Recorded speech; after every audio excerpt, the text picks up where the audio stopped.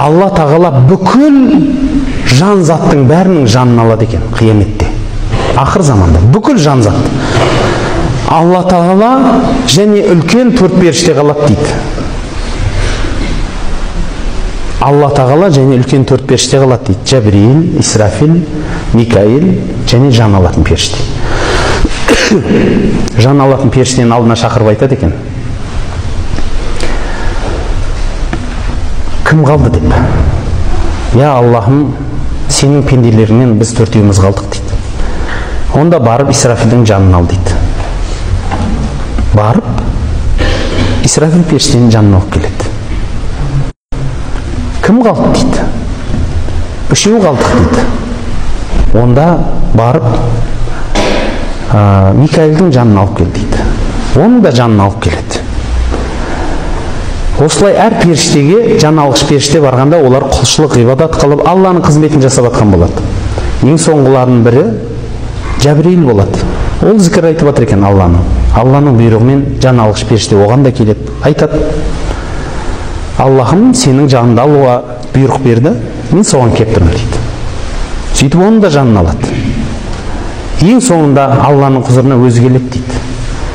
Өзі келген кезінде кәдімгі бір құсты суға тұншықтырып судан алсаңыз қандай болады түрі? Дәл сондай түрде келеді екен Алланың құзырына. Кім қалды дегенде мен қалдым дейді. Сен де өл дейді. Болды, тоқтадым мен дейді. Осымен сенің қызметің тоқтайды дейді. Бірақ осы қанша адамның жанын алдың, соның қиыншылығымен бірге өл дейді. Қатты айқайлап, қатты қиналып жан тапсырады екен.